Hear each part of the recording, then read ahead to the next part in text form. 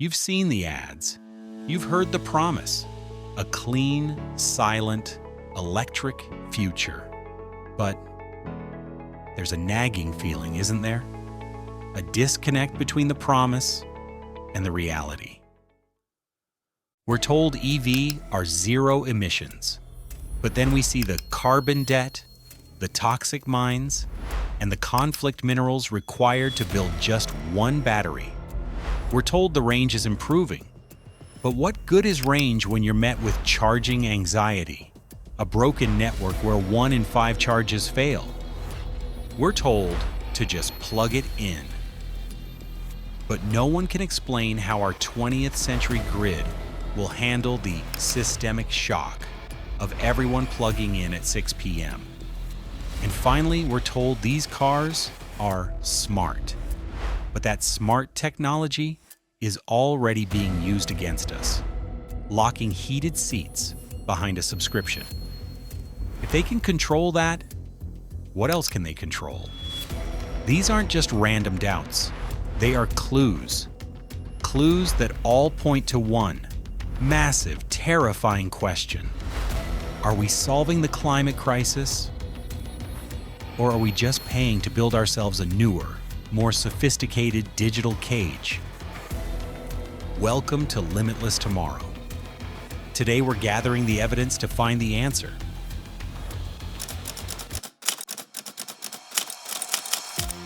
Let's start with the first question, the zero emissions claim. This is a masterful piece of marketing, true only at the tailpipe. It conveniently ignores the massive upfront carbon debt.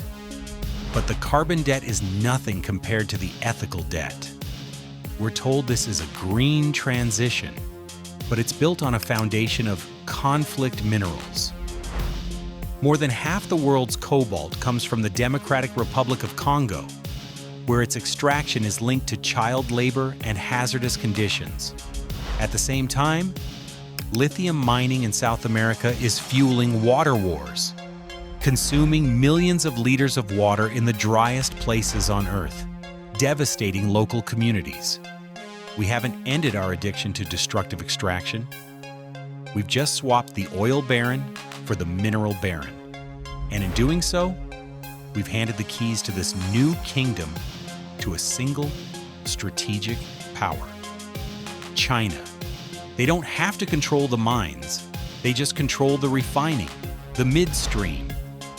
They process nearly 60% of the world's lithium and 75% of its cobalt, giving them a strategic chokehold on the entire EV revolution. The West's climate protectionism isn't just a policy, it's a panic.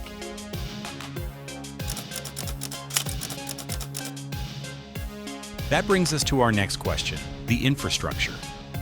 The 20th century grid is not ready for this systemic shock. We've traded range anxiety for charging anxiety. What good is a 300-mile range if public chargers fail 1 in every 5 times? This failure creates a new social divide. The charge-rich, who have garages, and the charge-poor in apartments, left stranded by a broken public network. But the real disease is peak demand. Imagine millions of cars plugging in at 6 p.m. It's a recipe for localized blackouts. Their solution? Smart charging. A system where you let the utility remotely control when your car charges. They sell it as a benefit, but what it really is the normalization of the digital leash.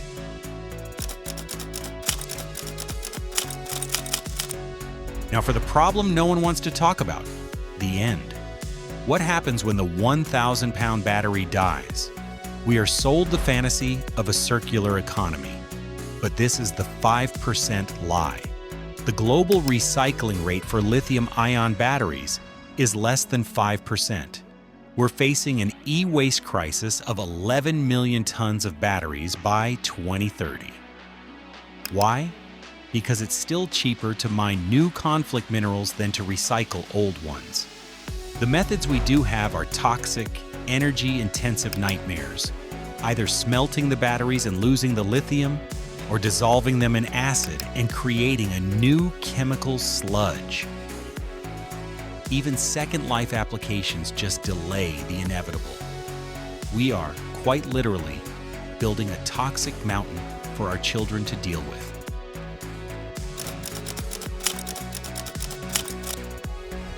This brings us to the final, most terrifying question: the car itself. The modern EV is not a car. It is a smartphone on wheels. And you are not the customer. You are the product. It is a surveillance capitalism machine that tracks where you go, how you drive, and who is in the car with you. We're already seeing the end of ownership. Automakers are locking heated seats and even steering wheels behind monthly subscriptions.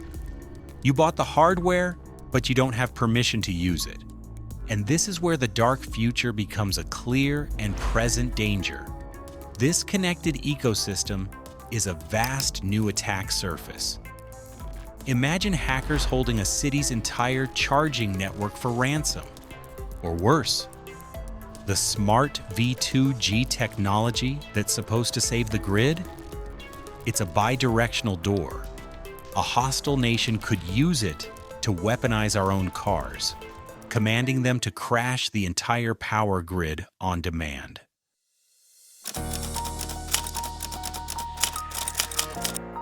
But limitless tomorrow, you say? What about the alternatives? This is the next part of the illusion, the false saviors. We're told to wait for hydrogen, but 95% of hydrogen today is gray hydrogen, made from natural gas. It's a fossil fuel in disguise. Green hydrogen is wildly inefficient. For cars, it's a dead end. Okay, so what about solid-state batteries? The holy grail that promises a 10-minute charge? It solves the wrong problem. A safer, faster charging cage is still a cage. It doesn't fix the surveillance, the conflict minerals, or the digital leash.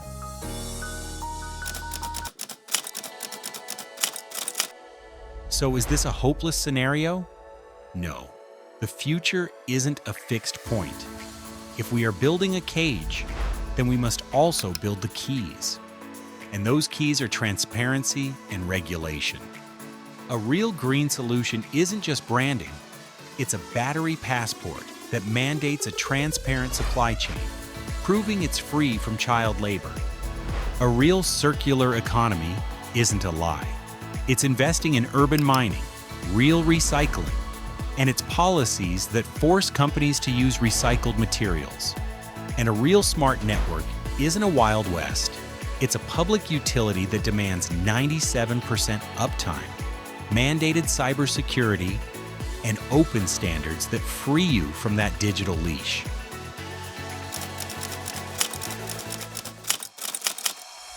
So we have to go back to our one central question. Are we building a digital cage? The evidence is clear. If we do nothing, if we accept green branding over green reality, then the answer is yes. We are building that cage, one smart car at a time. But this is limitless tomorrow. The EV as we know it is not the final answer. It's the first flawed draft. The real future is a portfolio of solutions. New batteries like sodium ion, hydrogen for heavy trucks, and a smart, resilient grid that serves us. The electric Leviathan is here. It can be a monster or a servant. The cage is half built, but the keys are in our hands. The question is, will we have the wisdom and the will to use them? Thanks for watching. Here at Limitless Tomorrow, we're dedicated to understanding the complex forces that will define our future. If you want to stay ahead of the curve, make sure you subscribe. I'll see you in the next one.